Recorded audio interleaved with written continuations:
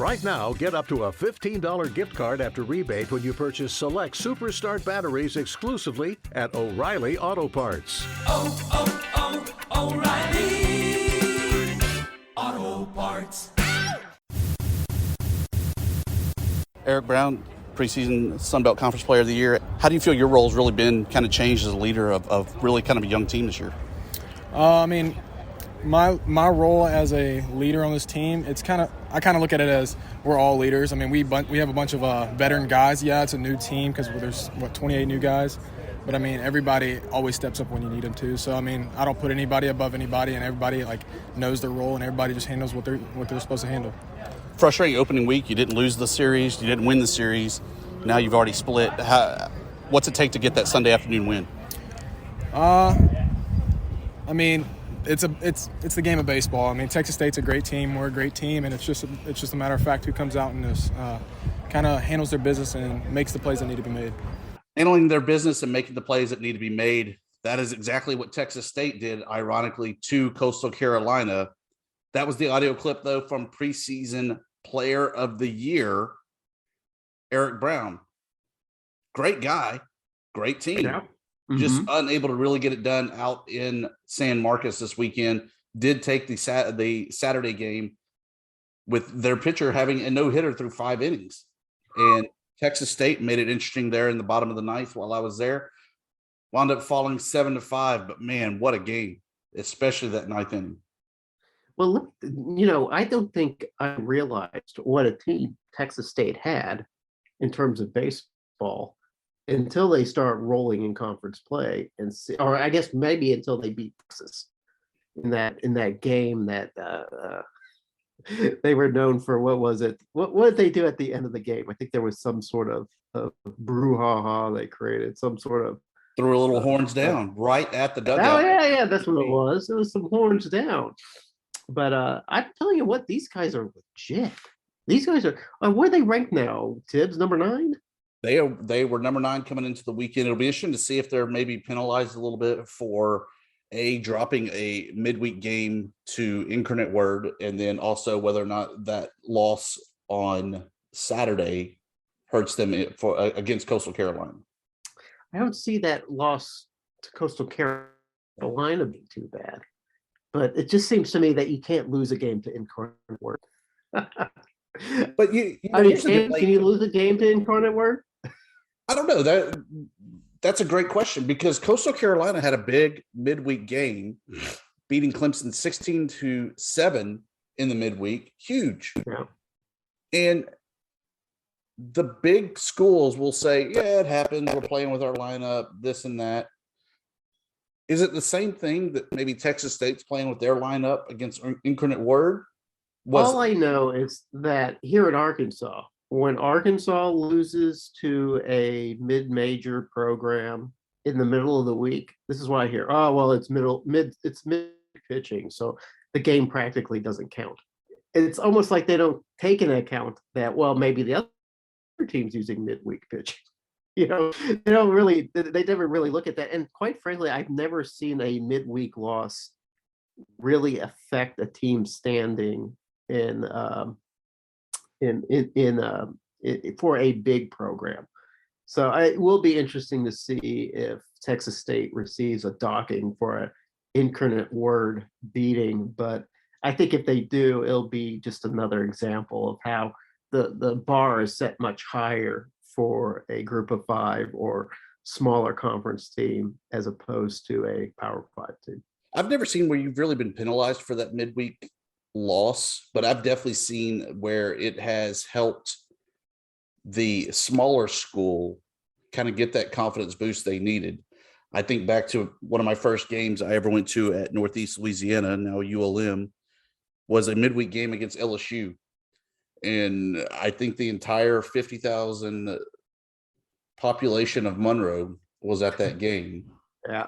I don't know how much of the game I actually got to see. I just remember seeing nothing but people and flags everywhere. ULM took the win, and that was a season that they actually wound up doing pretty well in the Southland Conference back in the days. Ben Sheets getting the win there in the midweek game, and later on that season getting his 20 strikeout game against Louisiana Tech. I remember Arkansas played UALR a couple years ago, and UALR drummed the Razorbacks. The Razorbacks had a great year that year, and that was a midweek game, and it was big news for University of Little Rock. I think the University of Little Rock didn't have a great season that year, but drummed out like 5 or 6 wins right after that. It was like it really charged them up. It really revitalized them, really got them going. But UA Arkansas, it was just kind of like a shrug to them. They were like, oh, well, no. It didn't really affect the outcome of their season, or definitely the outcome of their standings, but it did create a big electrical charge for the Trojans, who didn't end up having like a storied season, but it did give them a boost for at least about 2 weeks. Looking at the Sun Belt Conference baseball standings, Georgia Southern sitting atop the standings at 5-1. Your Arkansas Red Wolves 0-6. What is going on in Jonesboro, though, Jeremy? Well, first of all, let's not look at Georgia Southern and think, oh, suddenly they're a good baseball team simply because they beat A-State. A-State might be one of the worst baseball teams that's ever come out of the Sun Belt. This version of might be the worst teams. Red Wolves currently rank last in ERA, rank last in fielding percentage, rank first or last in errors. They are one of, I think they rank 7th in slugging. They cannot hit, they cannot field, and they cannot pitch. Arkansas State Red Wolves have not won a game since March the 5th. I believe this is their 13th straight loss. So I think at this moment they stand at 4-17. So I'd like to congratulate Georgia Southern for their sweep of the Red Wolves. But you cannot look at these wins, the Eagles. You just gotta say, I took care of business against the Red Wolves. But hey, congratulations to the Eagles. Good work. Well done. But I will tell you this. I kind of wrote an article about the state of the big 3 sports for Arkansas State. And for basketball and football, even though the teams are down, the programs are down, the arrows are pointing up because they're making the right moves.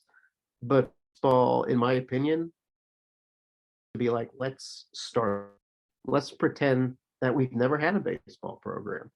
Everybody associated with Red Wolves baseball, let's just get rid of it and say this is the first year we've ever had baseball. Because right now, in the last 5 years, each team has been a little bit worse every single year. And this year has been absolutely an embarrassment of a year. Why even play baseball if you're not going to try to win? And that's where we are right now with Arkansas State baseball. They're not doing too bad in softball. We are undefeated at softball. And winless at the same time. We haven't won a game, but we haven't lost one. So we're pretty happy with that. Fantastic. Tell me how your Warhawks are doing. Got the good old series win again this past weekend. Or I say that opening weekend was a true draw where they won the Friday night against Coastal Carolina, dropped Saturday, and tied on Sunday due to getaway rules with a all offense, no defense, 17-17 tie.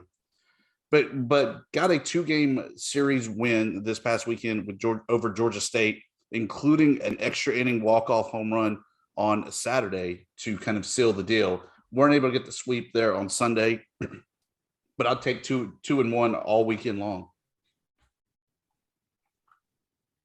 Little Rock falls to Appalachian State. Louisiana Lafayette takes 2 or 3 from South Alabama. I think that's a pretty big win to get the Cajuns back up and going because they have had some early struggles sitting at 2-4 in the conference play. Yeah, which was a little surprising, but Cajuns for the last couple of years seem to have started kind of slow. But South Alabama seemed to have started fast this year, so I'm not sure what happened over there. It looks like we're seeing a little bit more of a great rivalry between those two. Flipping over to the softball side, It's just as we expected, where it's South Alabama sitting atop the standings right now, 5-1. Louisiana Lafayette 7-2, winners of 4 straight. There's your 2-horse race all day long. Troy is still battling in there at 6-3, but for the most part, it's really the top of the standings, and then everyone else after that. Nothing really too exciting to speak of. Yes, but can we? It's such a long season. Do we really have enough data to determine who's really good and who's really not in either the softball or the baseball races? I think you have some people that are already starting to kind of shine and show what they're capable of doing. I think that this is definitely the time where we only have about a month of the season left before we're talking about being in Montgomery for the conference tournament. So I think we have a pretty good idea of who's good, who's bad. Some people could still kind of sneak up in there and showcase maybe something we haven't seen before. But for the most part, I feel like we know who's good, we know who's bad. And we've had some recent years, where in the FunBelt baseball, we've been a multi-bid league for postseason play. If we were to be a multi-bid league, who do you think rises out of that cauldron of South Alabama, Louisiana, Coastal Carolina, that kind of mix? I think on the baseball side right now, just looking at kind of the top, Georgia Southern to me has really kind of come out of nowhere, but a 17-7 overall record, 5-1 in the conference. You definitely got to think that they're one of the front runners. Texas State having the national ranking there at number 9. They got to be a lock. They might not be hosting. They might not even be in the state of Texas, but you got to think that they're at least going somewhere into the regionals. ULM to me still kind of an outside shot at 3-1-1, 18-12 overall. So they've kind of struggled until they got into Sun Belt Conference play. But at the end of the day, as long as you win the belt, you're guaranteed that automatic bid in. So I could see them possibly making a run late in the tournament and getting that good old 4 seed at Alex Box Stadium against LSU again. Okay. All right. So you kind of just ignored South Alabama. You kind of moved past Coastal Carolina. Kind of not really even taking into account those two. I really like the shots after watching them play this past weekend, but I feel like that they are just inconsistent at bat. They have pretty good defense. Their pitching is fairly strong, but if you're not able to put the bat on the ball and get the runs, you're not going to win games. And there were times on Saturday where they were able to put together a nice string of runs, get runners across the plate, but they weren't able to do it consistently. I think they hung 2 or 3 runs in the first inning and then had nothing until the latter part of the game. And that's something that you've seen them do time and time and time again. That's not the sign of a team that's really able to consistently get runners on base, advance them, and then hold on to that lead defensively or with your pitching. When I think of in-depth analysis for college Sunbelt baseball, I think of you, Dusty Thibodeaux. That's probably not a good thing. Why is that? You know your stuff. Not always. But South Alabama, sure, I think they could make the late run. But like I said, I really think at least right now through the first 2 series of Sun Belt Conference play, it's really the top 3 that are separating themselves a little bit from the rest of the league. I would even argue that maybe it's much like softball, and it's a 2-horse race there of Georgia Southern, Georgia State. All right. Well, let me ask you this, and this is sort of a almost a gotcha question because I'm sure you're not prepared for it. Have you been keeping up with our soon-to-be brothers? I have looked at their scores. I could not tell you offhand where they are or what they're doing. I did see Southern Miss lost to UAB, I believe it was, at least on Sunday, but know that Southern Miss's head coach recently celebrated, I believe it was his 100th career victory there. So definitely a track record of success as we expect for Southern Miss baseball. So something that will come in and really help the belt get even stronger.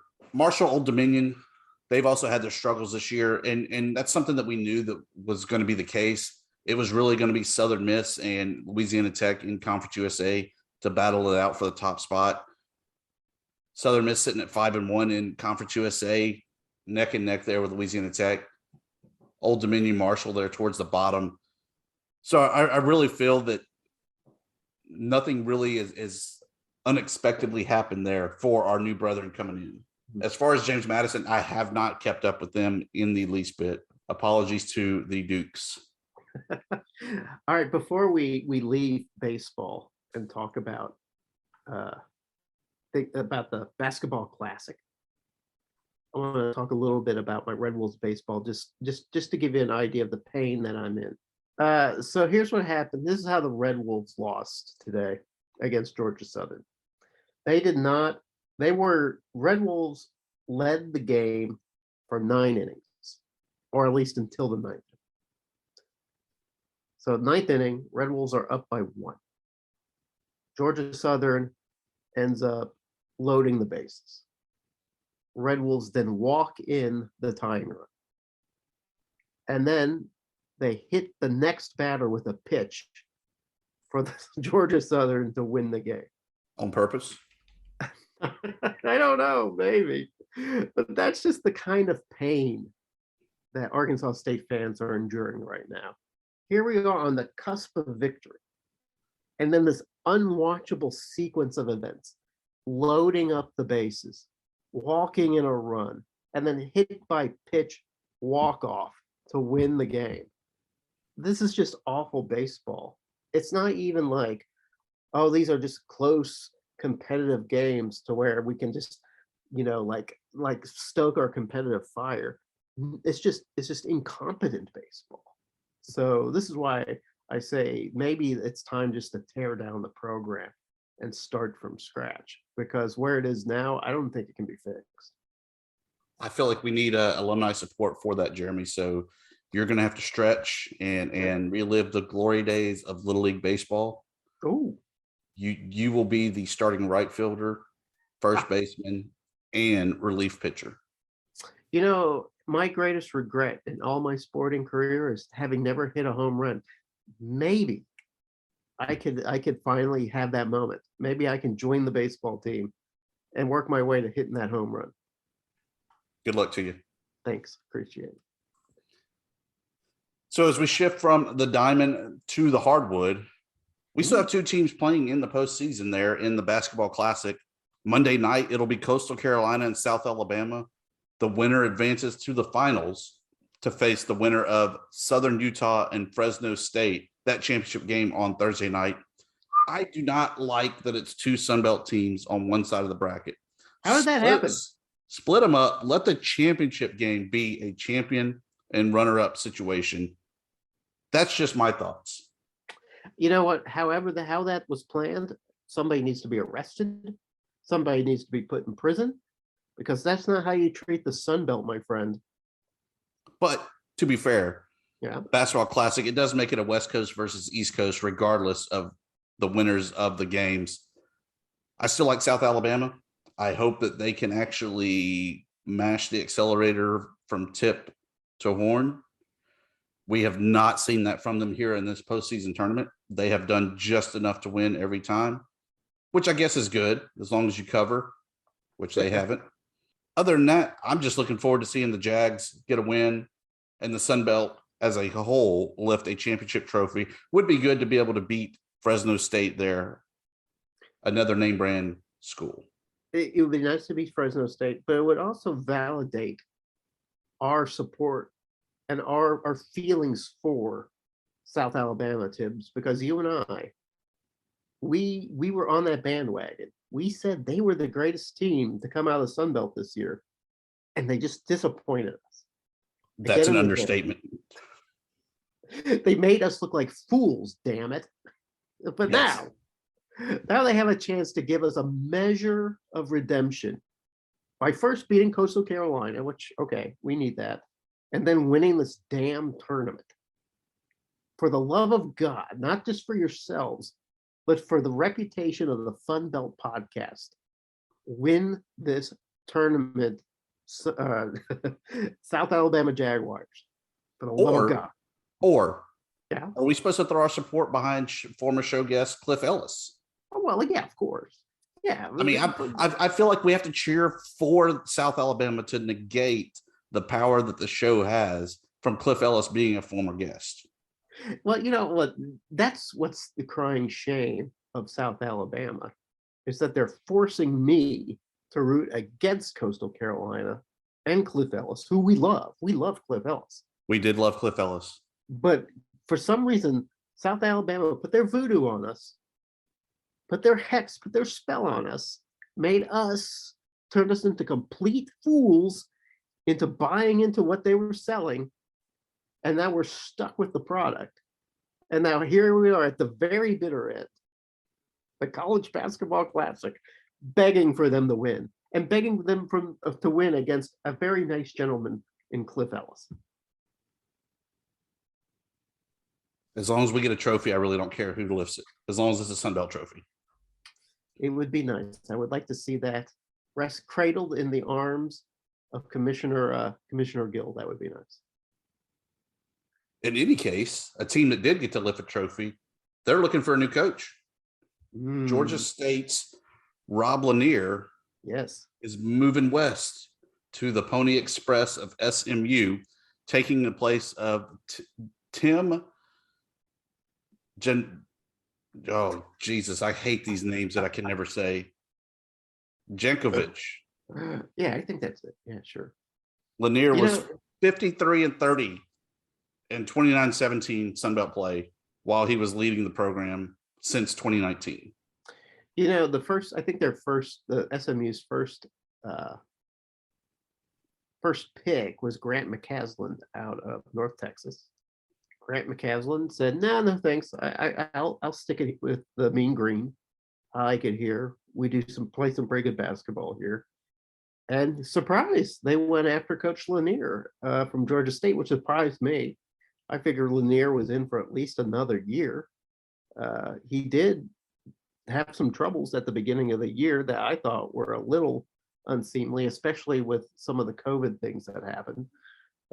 There was some corralling of the program that I thought was a little bit loose. But for whatever reason, wins are wins. And let's face it, Georgia State probably made a big impression on a lot of people by going toe to toe with Gonzaga. So congratulations to Coach Lanier. You get that sort of semi-plum job with SMU, who, if I recall, was in the quarterfinals of the American Conference tournament this year. I think they performed really well in the American tournament, and in the conference in general. So they have some, high expectations to meet. And now, who's Georgia State going to get? I think I've seen some candidates being bandied about. I have not seen the Twitter sphere given the rumors, but I'm sure they are out there for it. If only we had a guy on the inside. If only there was a man we could turn to, somebody who had his fingers on the pulse of the Panthers. But we don't have that guy. We do not have that guy. Yeah. I do have work on that, Jeremy. Find us somebody. I do have some news regarding the Red Wolves women's team. Izzy Higginbottom from Missouri has transferred to the Red Wolves. He was a star out of, I believe, Batesville, Arkansas, who was pulled into Missouri. She did get a lot of playing time at Missouri, but she wants more playing time. So Destiny Rogers, new head coach at Arkansas State, has lured her in to play at Jonesboro. Jonesboro is instantly better with Higginbottom at A-State. So we're very excited to see the fruits of Rogers, that Rogers coaching is now bearing fruit, and we're hoping to see even more coming from that. So we're excited. Breaking news as always. Yeah, Breaking news for FunBelt podcast listeners. It's sort of week-old news for a state, but I have a feeling maybe you didn't know. I did not know. No, now you know. Now you're informed. Plugs, promos, parting shots. What do you have, Jeremy? I wrote a article concerning the state of the big three sports at Arkansas State. The one thing that each of the big three, men's basketball, men's baseball, and football, what the one thing that they need to do to get back on top. So check that out on howrazor.com. Think you'll agree that I've nailed it. That really the step-by-step instructions to success need to be followed by the program, and that once the programs start winning, that I should be paid a handsome dividend for giving that advice. I'm sure they'll make that happen for you. Yeah, I appreciate that. Made another trek over to San Marcos this past weekend for baseball. Yes. God, I wish they had a dome because it was hot as all get out there. I feel sunburned, even though I don't look sunburned. Yeah. But it was another amazing San Marcos trip. Beautiful facilities, welcoming fans over there. No one attacked me. I did not lead the boob cat cheer. Wait. Did you identify yourself as Dusty Thibodeaux from the FunBelt podcast? It didn't fit on a t-shirt. All right, but never once did anybody recognize you as such and attack you physically. That is correct. No mental attacks, no spiritual attacks? Quite possibly spiritually, but that could have just been the heat, and I was seeing things. Okay. All right. Okay. Well, then that tells me we need to triple our boob cat attacks. If we're not getting physically attacked, then we need to ramp up our efforts. So while I was there, I lined up a couple guests. We'll announce it on Twitter, FunBelt_PC. Okay. FunBelt PC, excuse me, on Twitter, once they're confirmed. Because just because we get the commitment, we have to make sure they're confirmed before we can actually announce it. So we're not sitting here waiting for them and having no. One of these guys, Paul Goldschmidt. Possibly. What? That would be crazy. It's not, but could be. Oh, okay. Because if we could get Paul Goldschmidt, Bobcat legend, Paul Goldschmidt, that would be great. You're saying you would rather have him than Luis Gonzalez, South Alabama legend? You know what? Yes, and I'll tell you why. Luis Gonzalez was always hard on my Cardinals. So, yeah. You know what? No. He killed the Yankees one year. I'll go with Luis Gonzalez. Yeah. Okay. I like the way you think. Yeah. I came back around. Let's have Luis Gonzalez. And who's the big pick? Ben Sheets from ULM, is that right? From ULM, that is correct. We need to have Ben Sheets on. Louisiana Lightning, Ron Guidry from Louisiana Lafayette. Is that what they call him? Louisiana Lightning? That was his name, Louisiana Lightning. All right. Not a bad guy for a Yankee, but you know. All right, I am out, Dusty Thibodeaux. Dusty Thibodeaux, are you out? I'm done.